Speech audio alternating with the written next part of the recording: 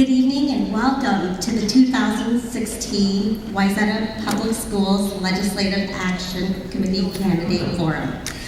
I'm Esther Dale, Citizen Chair of the Wayzata LAC. We are so pleased that you could join us for this event.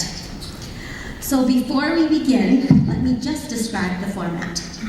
To start, we'll give each candidate an opportunity to answer 2 questions right here in the auditorium. Then we will ask the candidates to move to breakout classrooms that are organized by Senate districts. We encourage the audience to go to the classroom of your Senate district so that you can directly interact with the candidates for whom you'll be voting. If you don't know which Senate district you live in, we'll have legislative maps in the auditorium entryway. A member of our LAC will facilitate the discussions in the small groups. To begin, the facilitator will ask each of the candidates 2 prepared questions. Following the initial questions, the facilitator will open up the discussion to audience questions. There will be an LAC member in each breakout room collecting questions. Note cards are available in the auditorium entry and in each breakout room. For all questions, each candidate will have 1 minute 30 seconds to respond. Our timekeepers will hold up a yellow card when there are 15 seconds left and a red card with time when time has expired. As our time is limited, we ask the community members to please refrain from applauding during the forum. Finally, please remember that all questions must focus on education, and all candidates will have an opportunity to respond. We are recording tonight's forum in its entirety to be replayed on EdTV and on the Wayzata Public School website.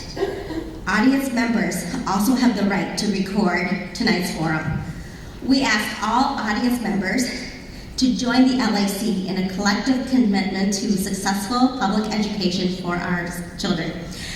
We request that priorities of the evening include respectful and thoughtful questions that clarify different perspectives and reveal common ground for the good of our community students.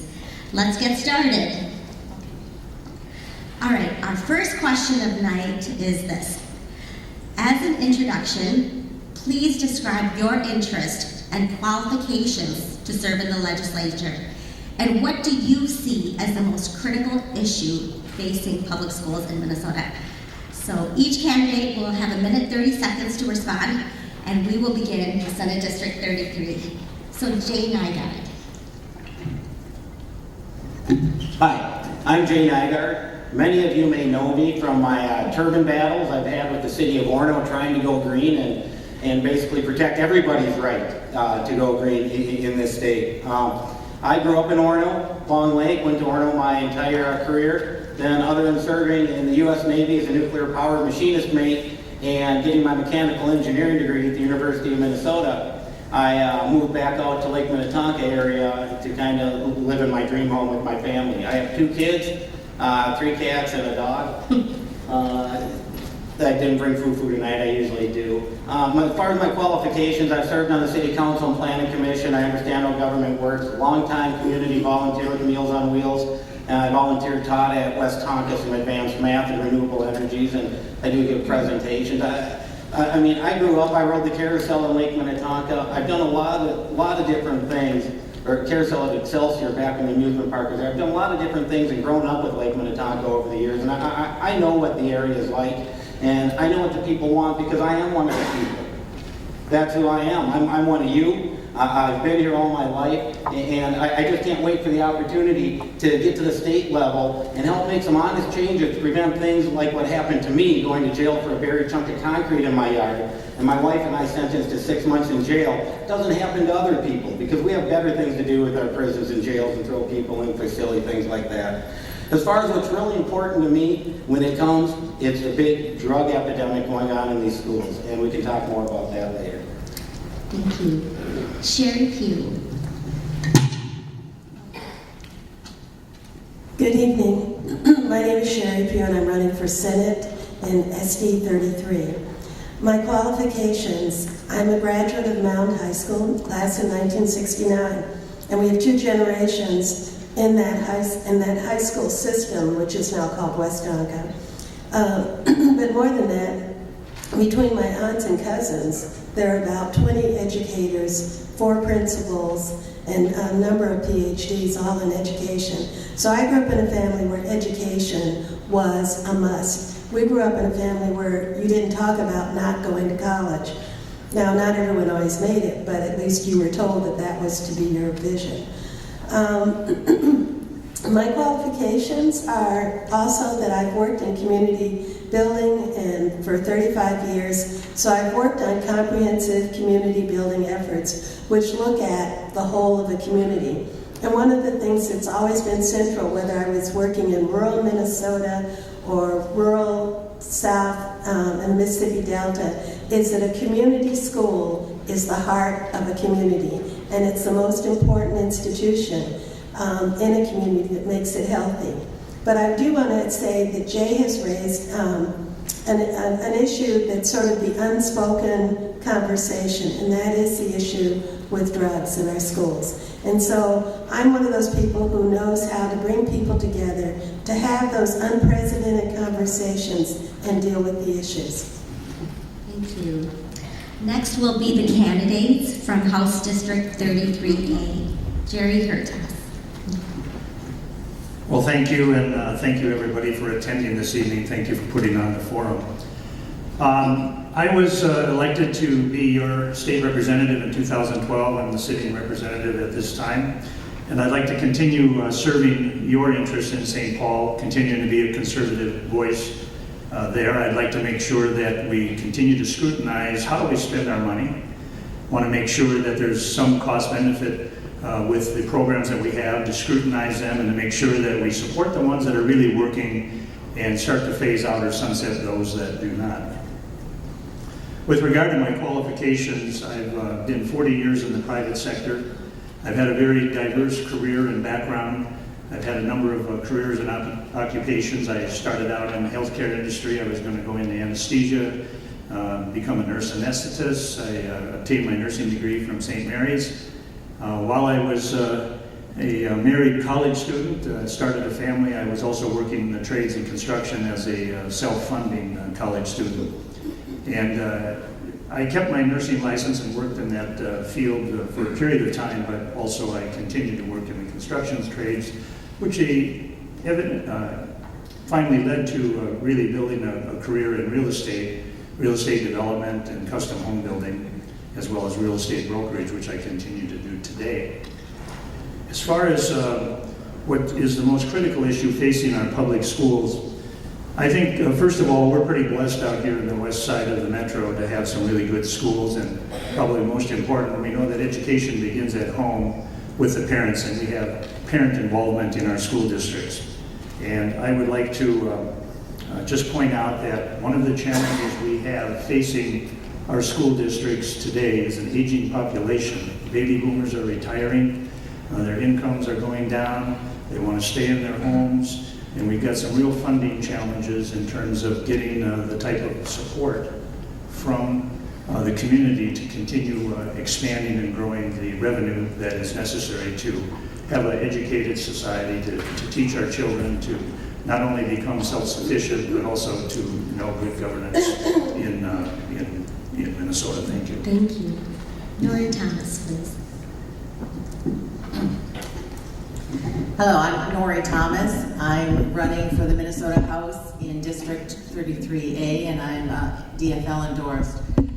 First of all, I love school. Been in school a long time. I have a master's, a PhD, and I'm a pharmacist, all from the University of Minnesota. I've spent the last 40 years working in pharmacy, creating businesses, and creating leadership opportunities for my profession.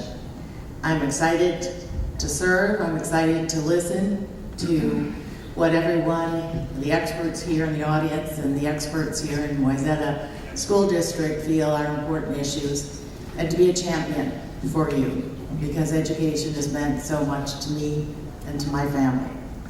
What do I think the big issues are? I'm also a grandmother now.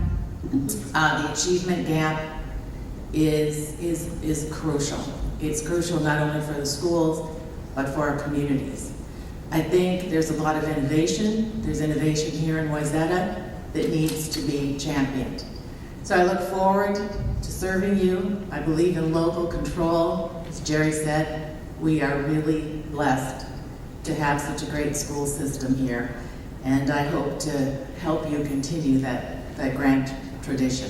Thank you. Thank you. Next will be our candidate from Senate District 34. Thank you. I'd like to thank the Wayzata LAC for putting this on. We don't get too many campaign forums, and so it's good to meet citizens in this type of setting and get into some real detail on answers and questions. I think when we talk about the interest, what is my interest and qualifications, my number one interest is I'm a dad, and I'm also a product of public education. And I want the very best education for my kids because I want them to be very successful in their adult life. And what we do in the very beginning phases of education is going to start setting that path for them. And it's not just my kids, it's your kids as well. A good education not only provides a good income, but it also provides good citizens.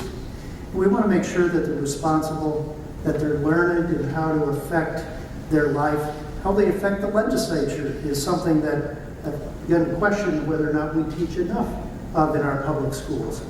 But nevertheless, all of these things are important.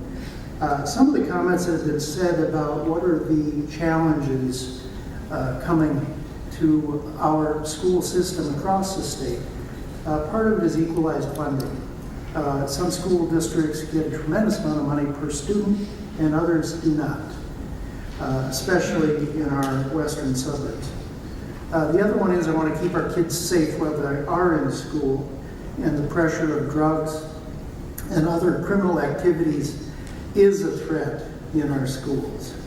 And of course, the economy is always improved when we have good education and employers that have a ready source of good stock to pick from as far as potential employees that are ready to work on an intellectual scale.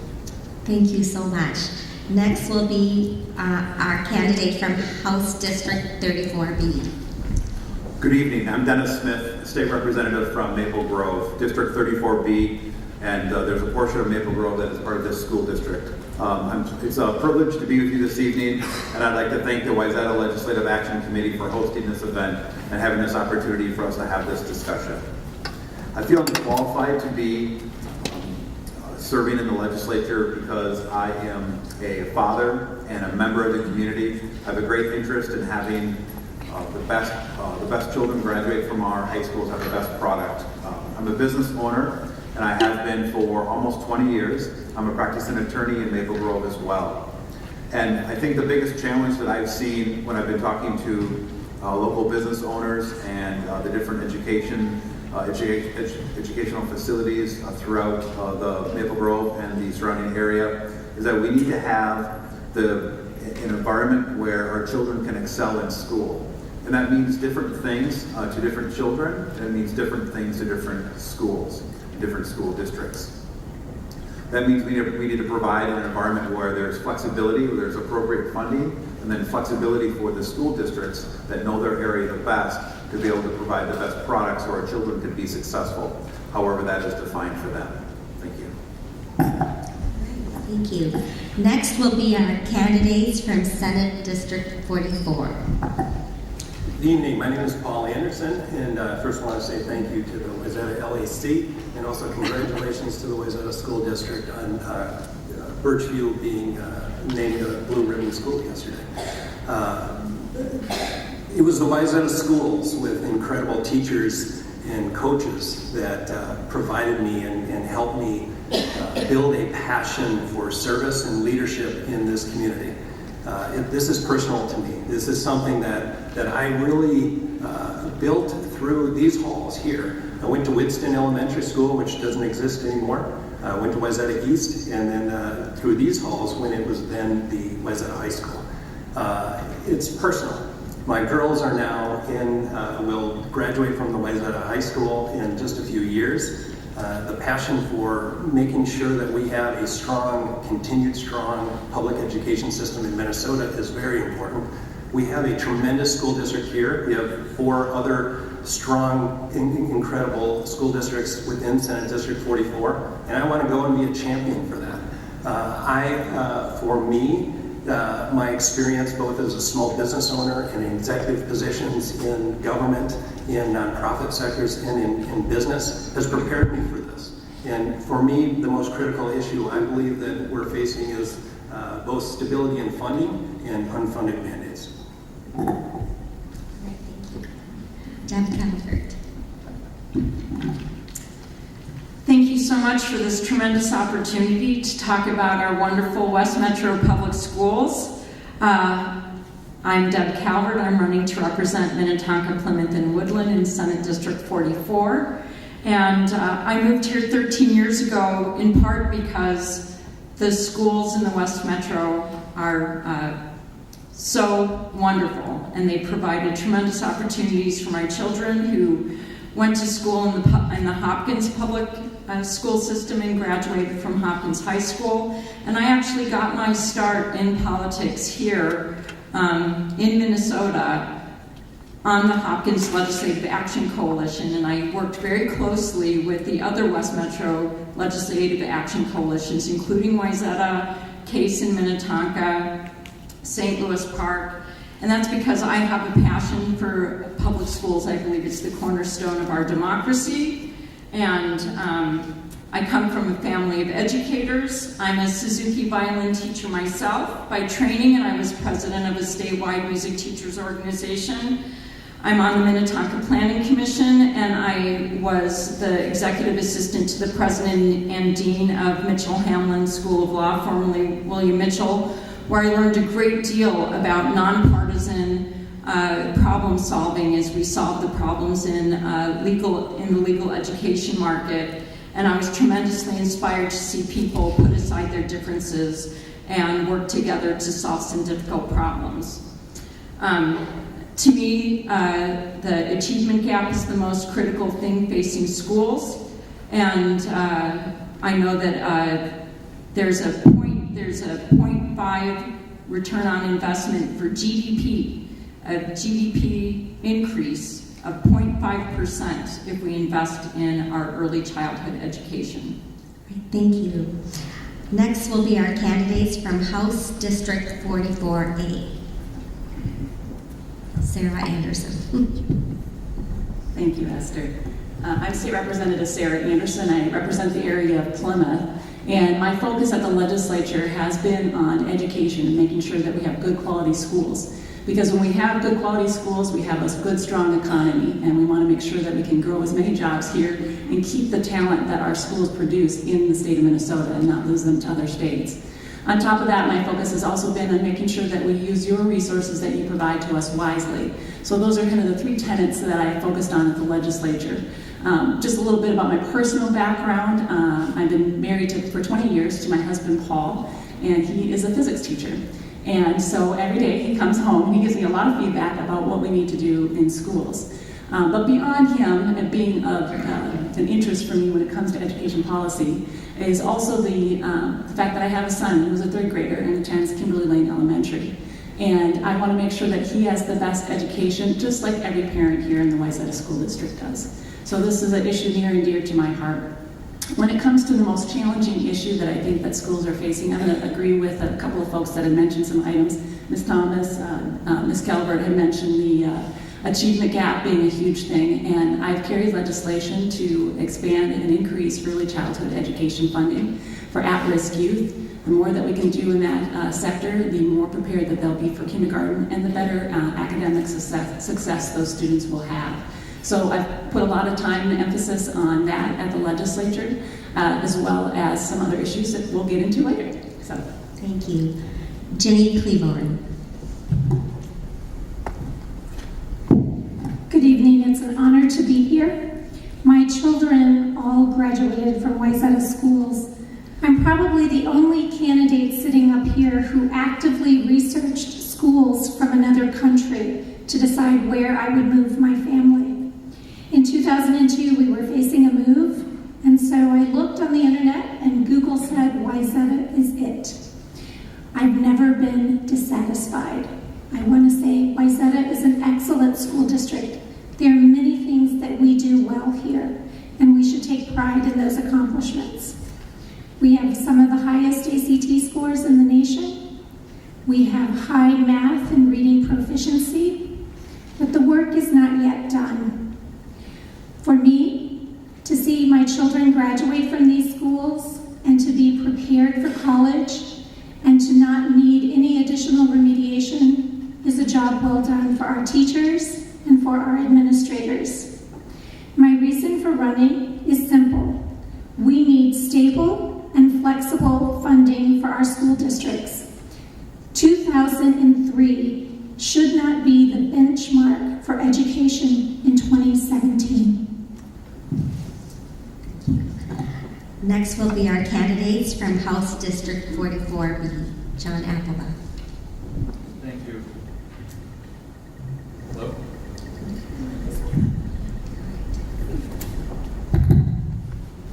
Hello? To a good start.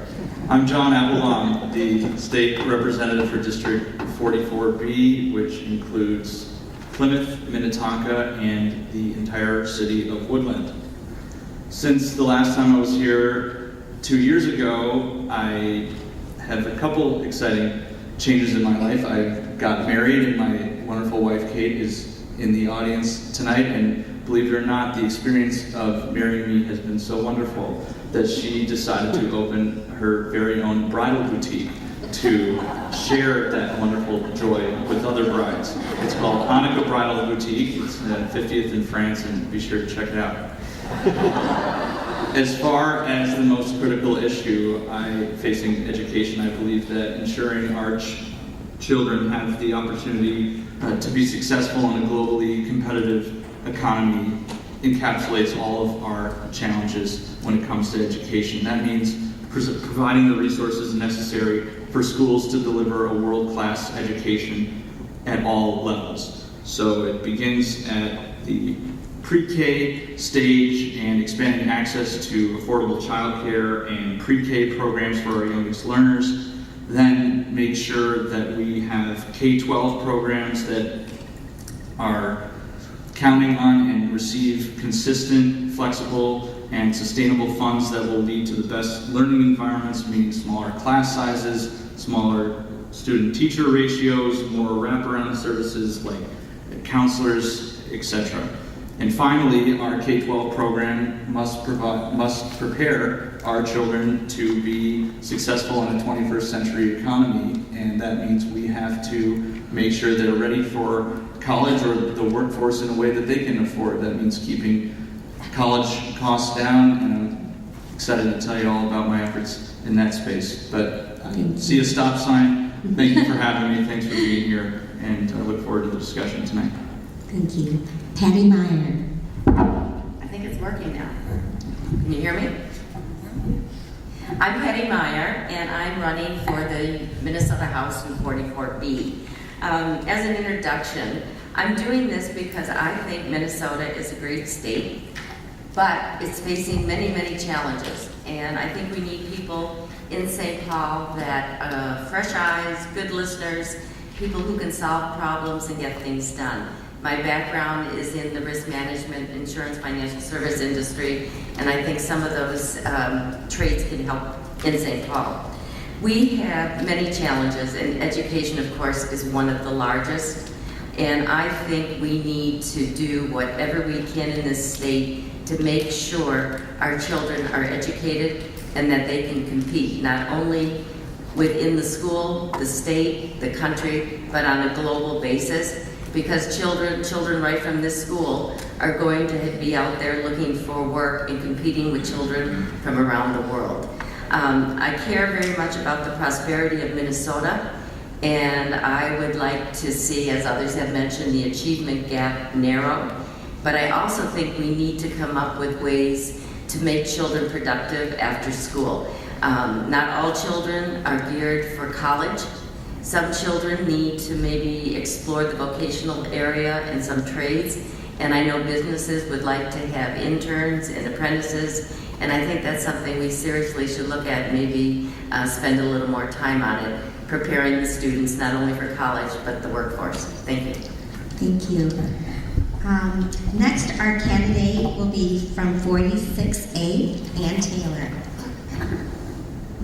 Hi, I'm Ann Taylor, representing 46A, which is Plymouth, Medicine Lake, Golden Valley, and St. Louis Park.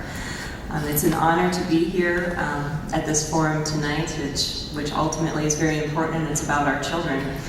Many life experiences have brought me to the point in running for office, education being primary. I have a 27-year-old stepson, I have a 16-year-old in high school, as well as a 4-year-old.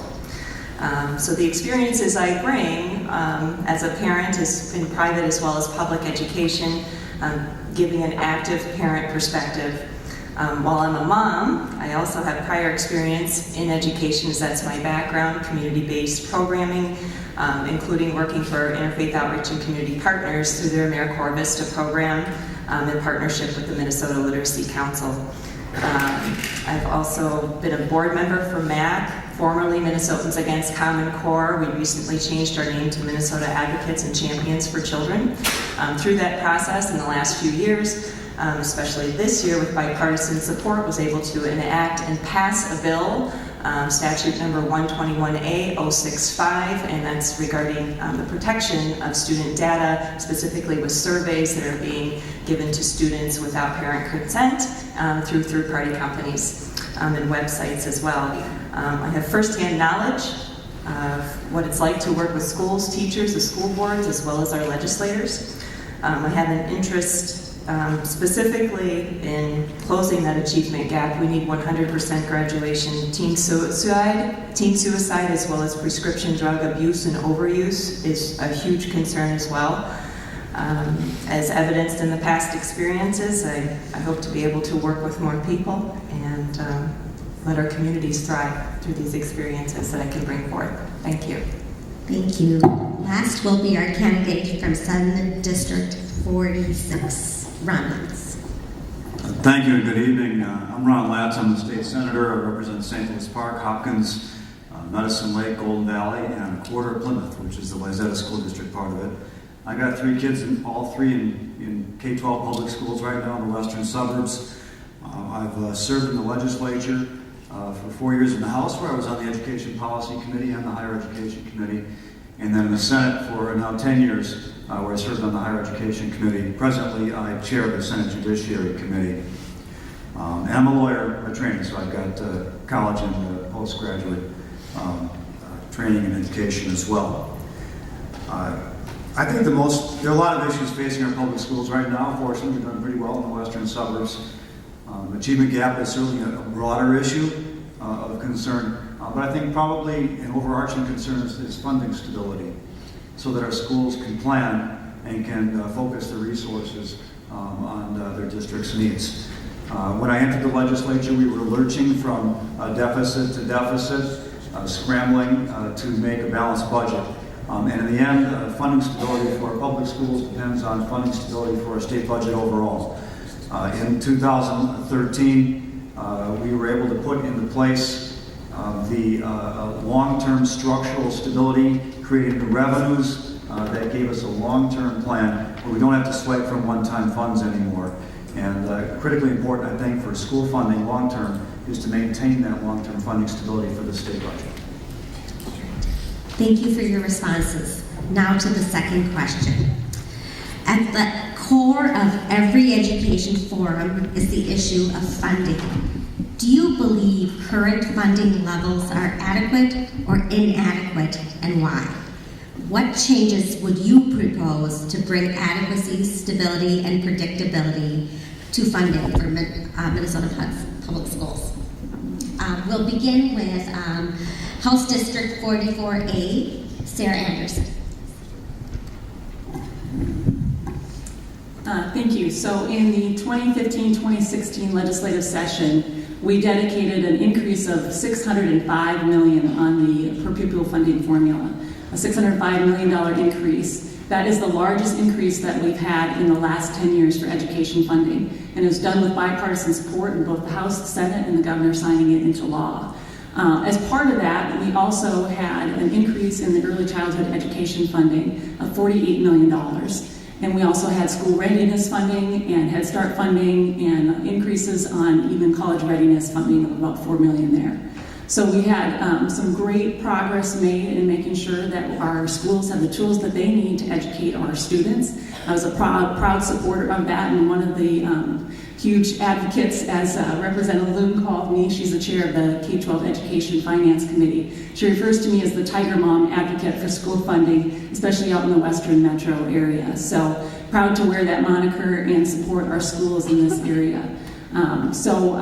That's been my focus. I think that we need to make sure that when we're looking at education funding, I know that special education funding is a huge concern for the Wayzata School District and what that means for you. And so we need to do a better job when it comes to special education funding, and also try and get the federal government to do a better job when it comes to special education funding. We share in that responsibility. So I'd like to see us do a couple of things in the last education bill. We did reduce the special education paperwork by 50%, and I guess I'll talk more about that later on. Thank you. Jenny Cleveland. Thank you. As I stated earlier, one of the reasons, my primary reason for running for office is education funding. The facts don't always represent the truth. So in our district, I often hear my representatives speak about education funding as a priority. But what I would like for the people in this room to truly understand is that the truth is that the House proposed $158 million for K-12 spending. Less than 1%, which the Republicans originally proposed. You're losing to inflation. What ultimately came to be was a 2% increase on the formula, which still, in effect, loses to inflation. So regardless of how anyone is going to say they voted or how they would vote up here, the fact of the matter is that our education funding is woefully inadequate. In my first term, I had a real awakening in how certain people feel about education. Again, you're going to hear a lot of nice talk up here, but actions speak louder than words. You heard Jenny mention $156 million towards education was the original proposal, and the Republicans heard from around the state superintendents saying that's going to result in layoffs. In fact, in Wayzata, it would have resulted in a $3.2 million shortfall and 25 layoffs of teachers and staff members. Thankfully, colleagues of mine and I authored a bill for $800 million of additional funding. Ultimately, as you heard from Ginny, the compromise was at 526 number, including $5 million, roughly $5 million for Wayzata schools, but it still puts Wayzata at a $600,000 shortfall. So regardless of any world record amounts that you'll hear increase, number one, they should have been higher, and number two, it's still not good enough. So you can count on schools actually getting what they need if reelected. Thank you. Thank you. Patty Meyer. Thank you. Since I'm new to this process, every day you learn something more and more and more about the state and how it operates and the needs of the state of Minnesota. And doing a couple of these forums, I've realized that the funding issue is so very critical to the functioning of the schools and our education system in Minnesota. I think it should be, we should have equality and stability in the funding. And right now, when you look at our general fund, I think is, I don't know, $44 billion, and 40% of that goes to education. That's a lot of money that we're putting into education, and it seems like we need more. So maybe we need to drill down a little and see how we can spend that money to help the schools to achieve what we need to get accomplished, to have successful graduation rates, to prepare our kids to have the best possible education system out there. Some of these unfunded mandates, especially special ed, we need to get our arms around that because these kids need our help. And also right now the per pupil funding seems to be the formula, and maybe the formula needs to get changed. Maybe that's a project for the next session, is to look at that and see, is there a better way to do this? Thank you. Next will be our candidates from Senate District 44. Paul Anderson.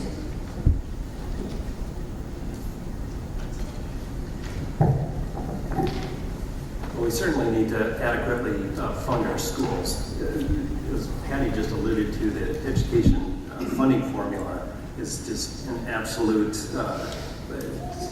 complicated. It's said that only a handful of people, maybe 5-6 people in the whole state, truly understand the formula. We've got one-time funding that has been a resolution here these last couple of years. We've got categorical ads. We need to really take a look at that, and I would really push for a nonpartisan commission that would really study this. It's been done in the past, but it's been done many years ago in a nonpartisan way, and it really things weren't adopted. So I'd really look to trying to figure out the root of this problem on the funding formula.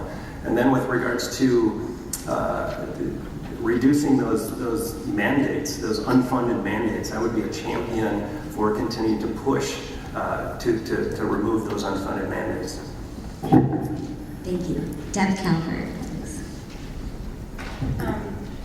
I believe that to fully fund our public schools, we do need to increase our per pupil funding on formula, because it does give individual school districts the flexibility to spend that money as they see fit to meet the needs of their individual school districts, which differ from school district to school district. But just taking the unfunded special ed mandate, here the cross subsidy is at $9.2 million in Wayzata, and that translates to 184 teachers at $50,000 a year salaries. So part of what we need to do is to converse with our federal legislators and make sure that they are starting to meet their obligation. Federal government is supposed to pay 40% of the mandate, but they only pay around 17 or 18%, and it's projected that this year they're going to only pay 12.8%. So we have to work with our federal legislators. As a state, we have to start meeting our own obligations to special ed, because it does make more productive and self-sufficient citizens, which costs us fewer tax dollars later. And the other thing I think we can do is to continue to contribute to the rainy day fund for those lean times when our tax revenue goes down. We should still be able to provide tax revenue for our school districts at a stable level. Thank you. Thank you. Next will be the candidate from House District 46A, Ann Taylor.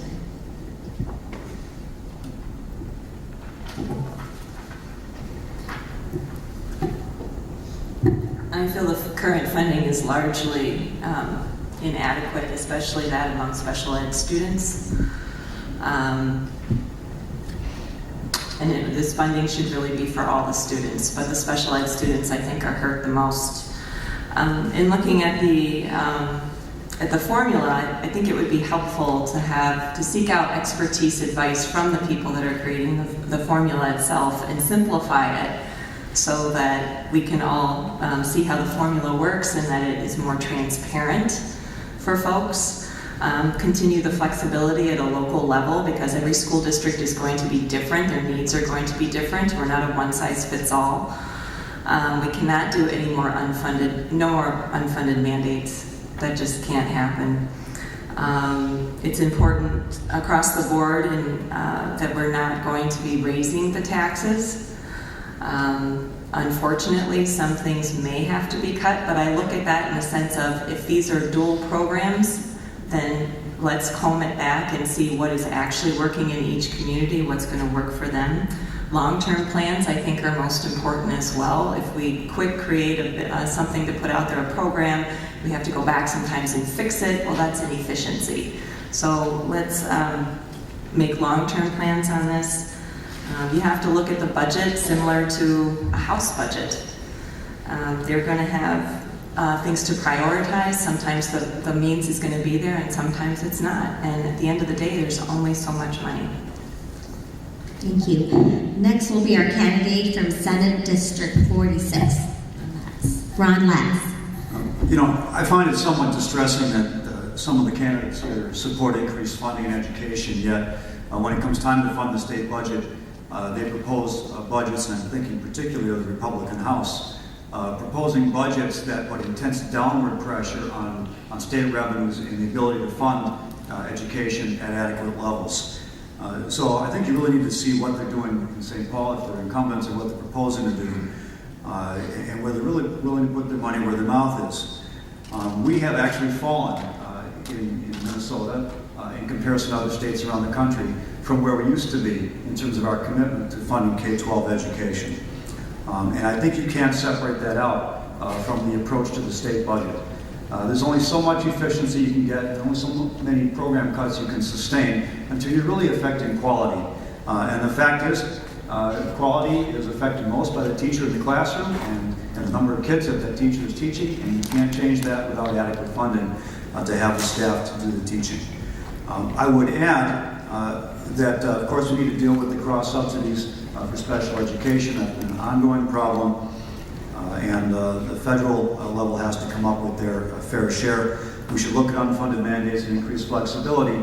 And in particular, with regard to local revenues, I have long been a supporter of allowing referenda levies to be tied to inflation, so they're not a set dollar amount, but they can go up over the course of time, and to allow levies, frankly, by school boards to be done without referendum.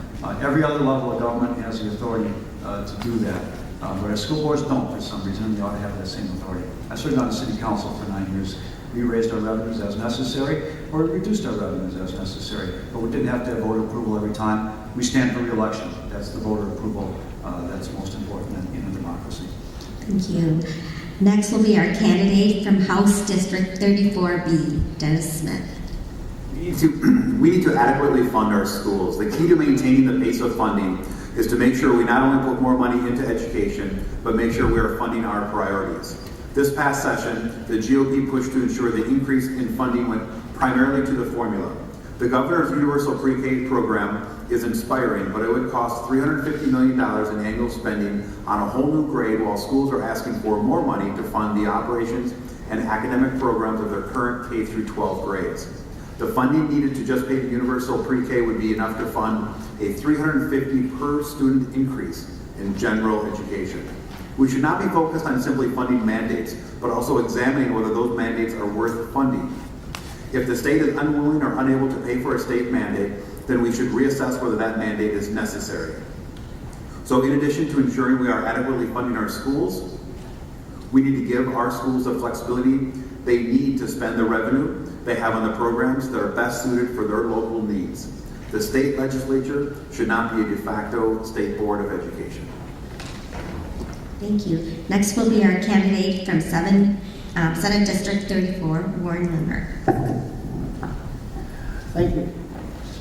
As I look at the question says, do you believe current funding levels are adequate or inadequate? And quite honestly, you can say yes and no, simply because of the unfairness of how we distribute those education fund dollars. We heard from other candidates that pointed out that Minnesota has passed one of the largest education funding bills in recent history. Today, we spend more money on education dollars than we ever had in state history.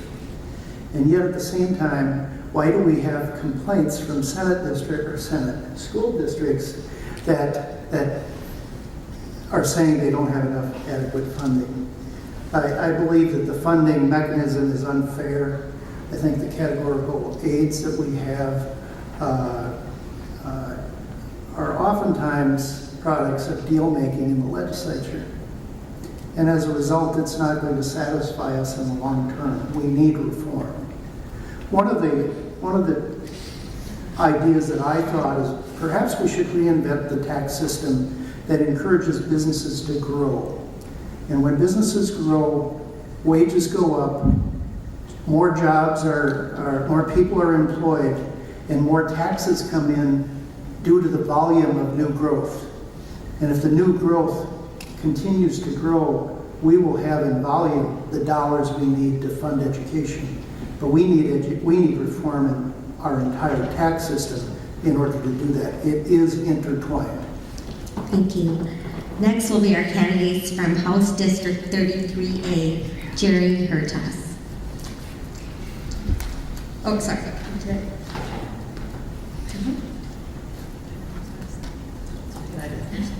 Oh, sure. I'm sorry. We're a little off order here. Well, thank you. Well, for the last 4 years, I've served on the K-12 Finance Committee at the legislature. And, you know, we're spending 41 cents out of every dollar of the general fund for K-12 and another 8 or 9 cents, almost 50%, for higher ed, and almost 50% of the entire state budget is spent on education.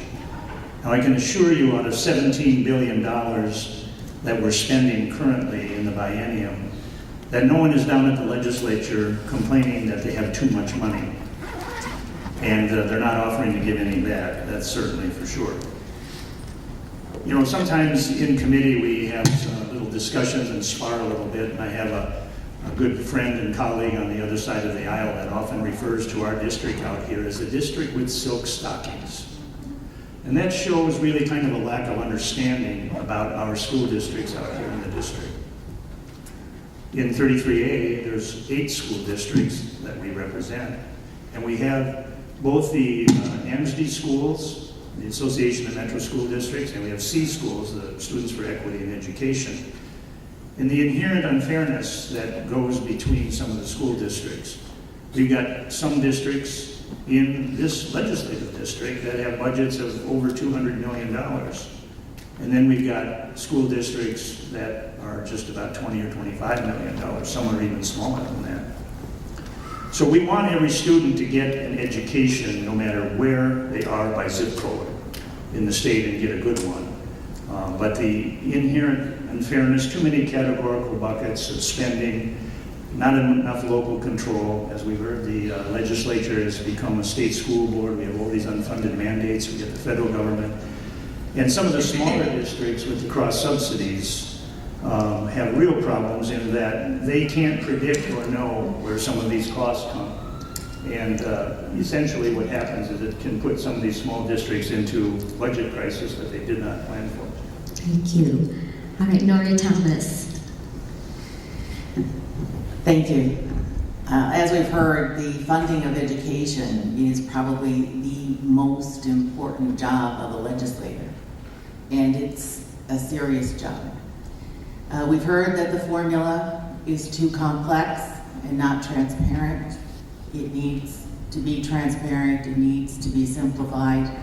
Schools need predictability, they need to plan for future years, and as a legislature, we need to assist our schools. We need local control. You are the experts. We've heard St. Paul is not the expert, and yet it is the most important job that a legislature can do, is to use this tax money in ways that really impact the families, the students, and the schools. Schools play an important role, not just in terms of education. Schools are the fundamental elements of our community. They are important, and local control in terms of how to spend that money and what you need needs to have a champion. Thank you.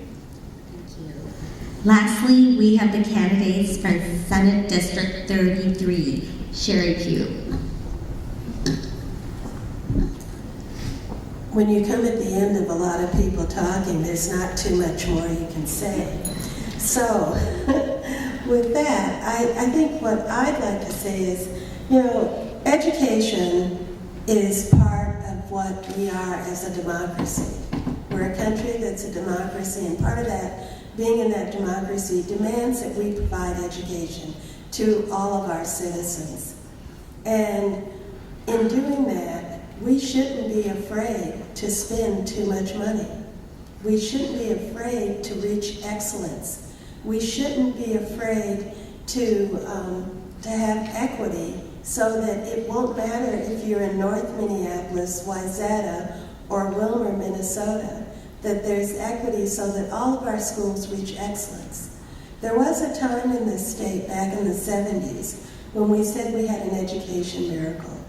And we were so proud of what we were doing for education in this state. I think we've lost that value, that spirit, that commitment to reach that again.